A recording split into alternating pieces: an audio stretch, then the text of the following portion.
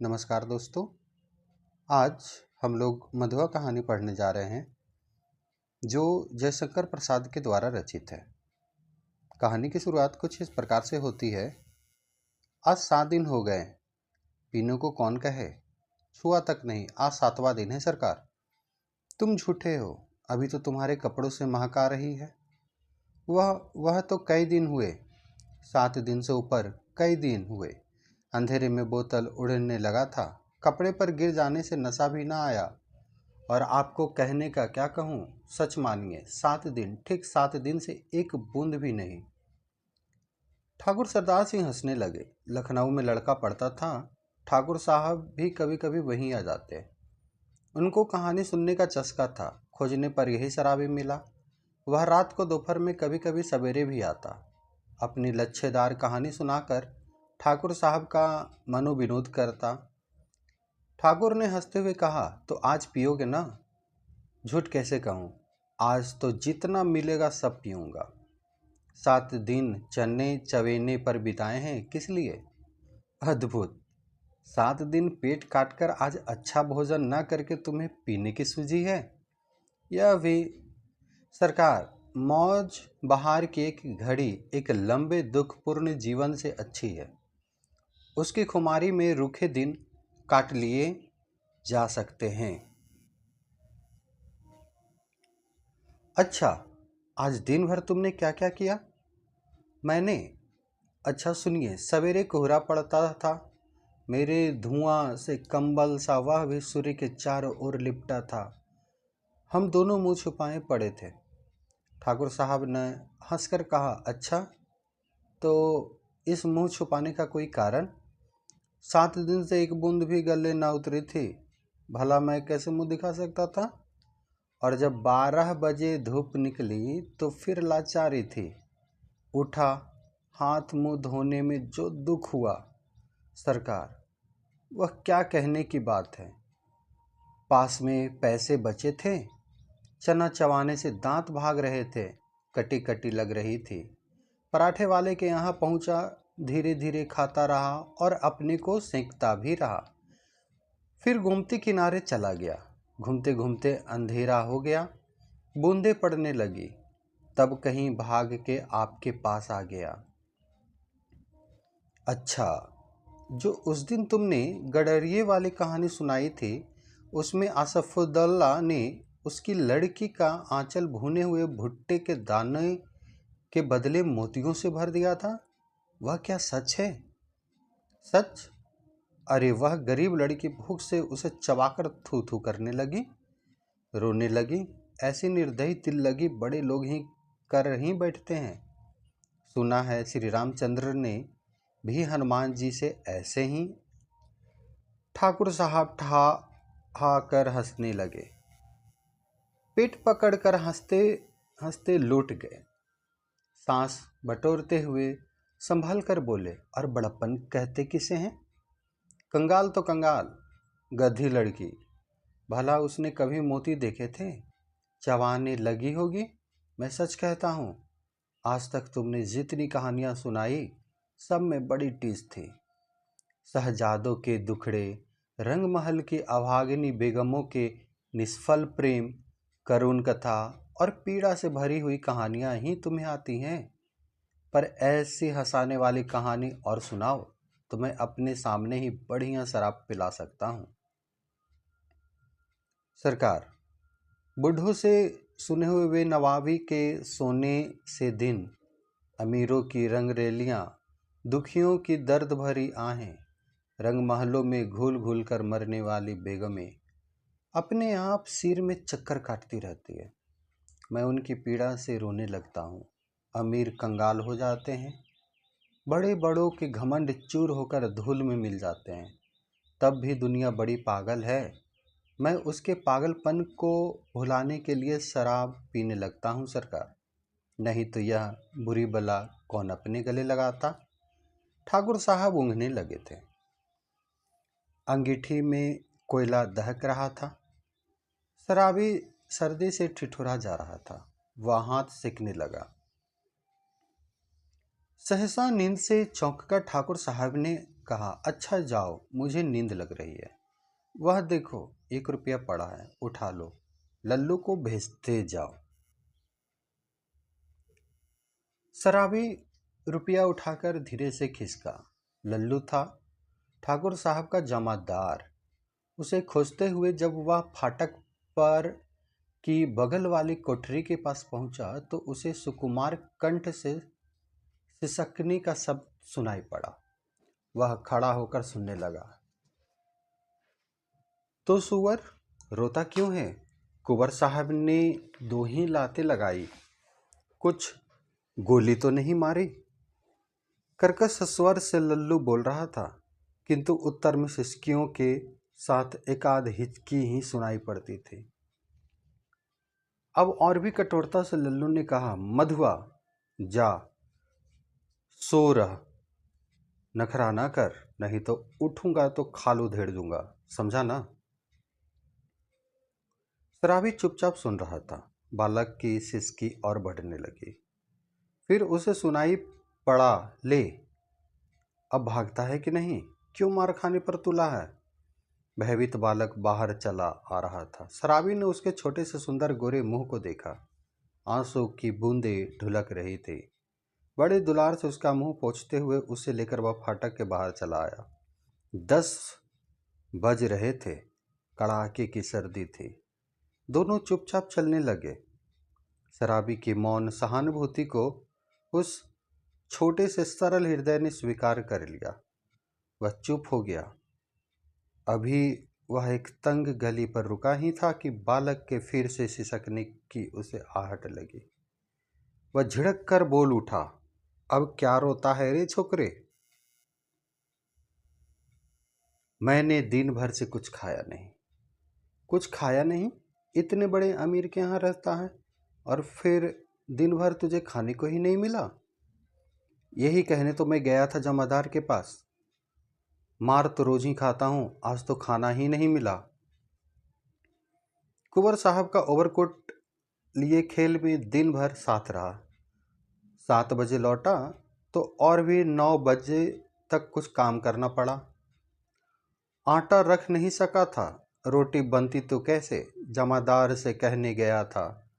भूख की बात कहते कहते बालक के ऊपर उसकी दीनता और भूख ने एक साथ ही जैसे आक्रमण कर दिया। वह फिर हिचकियां लेने लगा। शराबी उसका हाथ पकड़कर घसीटता हुआ गली में ले चला। एक गंदी कोठरी का दरवाजा ढकेल कर बालक को लिए हुए वह भीतर पहुंचा।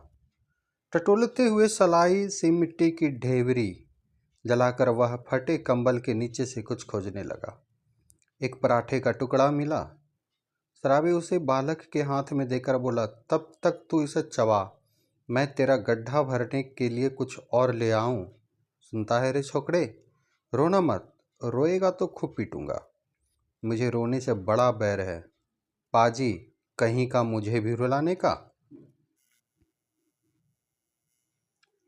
शराबी गली के बाहर भागा। उसके हाथ में 1 रुपया था। 12 आने का एक देसी अद्धा और 2 आने की चाय। 2 आने की पकौड़ी, नहीं नहीं, आलू मटर। अच्छा न सही, 4 आने का मांस ही ले लूँगा। पर यह छोकरा, इसका गड्ढा जो भरना होगा, यह कितना खाएगा और क्या खाएगा? ओह, आज तक तो कभी मैंने दूसरों के खाने का सोच विचार किया ही नहीं। तो क्या ले चलूं? पहले एक अद्धा तो ले लूं। इतना सोचते सोचते उसकी आंखों पर बिजली के प्रकाश की झलक पड़ी। उसने अपने को मिठाई की दुकान पर खड़ा पाया। वह शराब का अद्धा लेना भूलकर मिठाई पूरी खरीदने लगा। नमकीन लेना भी ना भूला। पूरा 1 रुपये का सामान लेकर वह दुकान से हटा। जल्द पहुंचने के लिए एक तरह से दौड़ने लगा। अपनी कोठरी में पहुंचकर उसने दोनों की पांत बालक के सामने सजा दी। उनकी सुगंध से बालक के गले में एक तिरवट पहुंची। वह मुस्कुराने लगा। शराबी ने मिट्टी की गगरी से पानी उड़ेलते हुए कहा, नटखट कहीं का हंसता है। सौंधी बांस नाक में पहुंची ना, देखो ठूस कर खा ले। और फिर रोया कि पीटा? दोनों ने बहुत दिन पर मिलने वाले दो मित्र की तरह साथ बैठकर भरपेट खाया। सिल्ली जगह में सोते हुए बालक ने शराब का पुराना कपड़ा कोट ओढ़ लिया।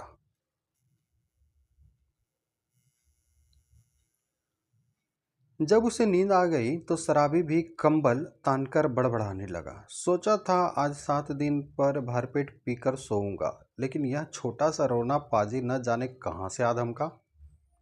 एक चिंतापूर्ण आलोक में आज पहले पहल शराबी ने आंख खोलकर कोठरी में बिखरी हुई दरिद्र की विभूति को देखा, और देखा उस घुटनों से टोढ़ी लगाए हुए निरीह बालक को।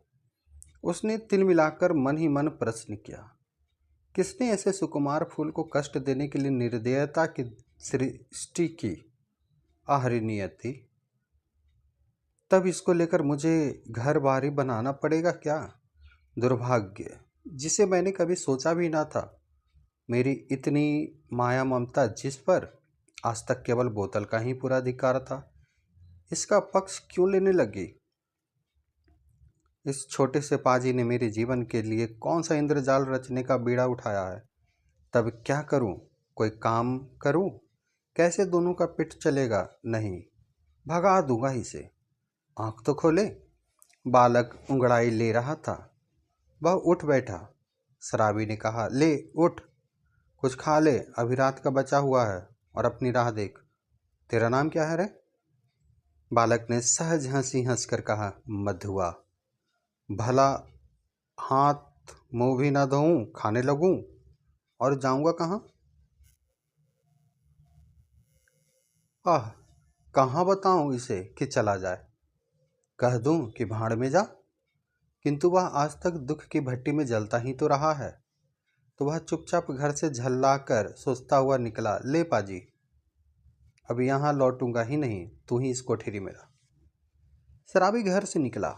गोमती किनारे पहुंचने पर उसे स्मरण हुआ कि वह कितनी ही बातें सोचता आ रहा था, पर कुछ भी सोच न सका। हाथ मुंह धोने में लगा। उजली धूप निकल आई थी। वह चुपचाप गोमती की धारा को देख रहा था।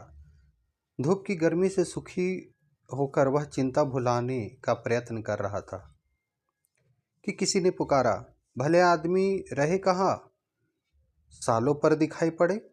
तुमको खोजते खोजते मैं थक गया। शराबी ने चौंक कर देखा। वह कोई जान पहचान का तो मालूम होता था, पर कौन है यह ठीक ठीक न जान सका। उसने फिर कहा, तुम ही से कह रहे हैं, सुनते हो। उठा ले जाओ अपनी शान धरने की कल, नहीं तो सड़क पर फेंक दूंगा। एक ही तो कोठरी है जिसका मैं 2 रुपये किराया देता हूँ, उसमें क्या मुझे अपना कुछ रखने के लिए नहीं है।